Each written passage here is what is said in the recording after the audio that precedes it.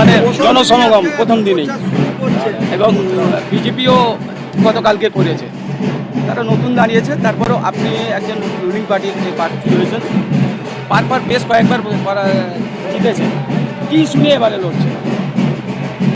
দেখুন, গণতন্ত্রের সমস্ত পার্টি তার প্রচার করবে, স্বাভাবিক নিয়মে বিরোধীরাও করছে, এটা দেখেও আমাদের ভালো লাগছে। যাই হোক, ভোটের সময় অন্তত তারা মানুষের কাছে যাচ্ছে, তার কারণ সারা বছর মানুষের বিপদে আপদে তো তাদের দেখতে পাওয়া যায় না।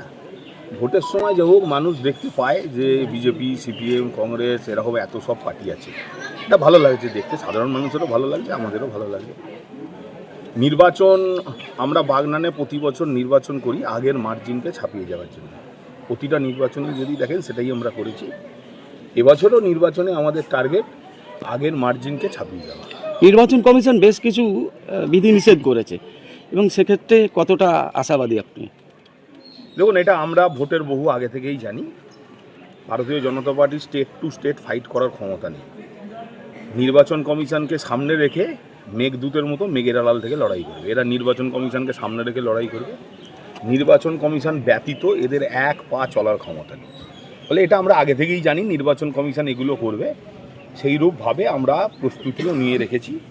তবে আমি একটা কথাই বলবো, গণতন্ত্রে, ভারতবর্ষের গণতন্ত্র তো সুমহান ঐতিহ্যশালী গণতন্ত্র, সেইখানে এই গণতন্ত্রের সংবিধানের যেগুলো রক্ষা করার যে ভিত্তিগুলো আছে, সেই ভিত্তিগুলোকে এরকম নক্কারজনকভাবে রাজনৈতিকভাবে ব্যবহার না করলেই ভারতবর্ষের গণতন্ত্রের পক্ষে আমার মনে হয় ভালো হয়। যা হোক, সেটা তাদের রুচির ব্যাপার, তারা সেটা করে আসছেন বিভিন্ন জায়গায়, পশ্চিমবাংলাও করছেন। কিন্তু এটা মাথায় রাখতে হবে, পশ্চিমবাংলা একটু শক্ত ঠাঁই, এখানকার মানুষ অনেক বেশি পলিটিক্যালাইজ, এখানকার মানুষ রাজনীতিটা অনেকটা বেশি বোঝেন। ফলে এখানে রাজনৈতিক কর্মীরাও আমাদের অনেক বেশি সচেতন। ফলে নির্বাচন কমিশনকে সামনে রেখে যতই লড়াই করুক, গত বিধানসভা নির্বাচনের থেকে পশ্চিমবাংলায় যেমন এখানে এবারে সিট আমাদের বাড়বে, সেমনি এইখানেও গত নির্বাচনের থেকে মার্জিন আমাদের বাড়বে।